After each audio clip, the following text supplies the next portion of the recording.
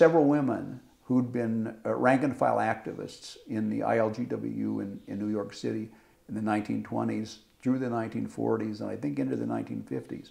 So they had been blacklisted in 1919, suspected of communists.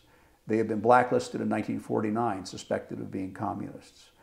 They had fought tooth and nail against David Dubinsky, the bureaucratic socialistic leader of the ILGWU.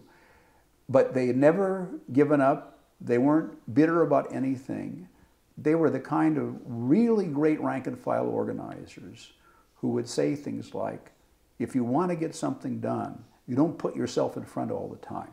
You work on building up, developing someone else, especially someone younger, and have her take the leadership. You know, those who are anti-communist or anti-socialist would say, oh, that's just manipulative. But in fact, it's the opposite of the case.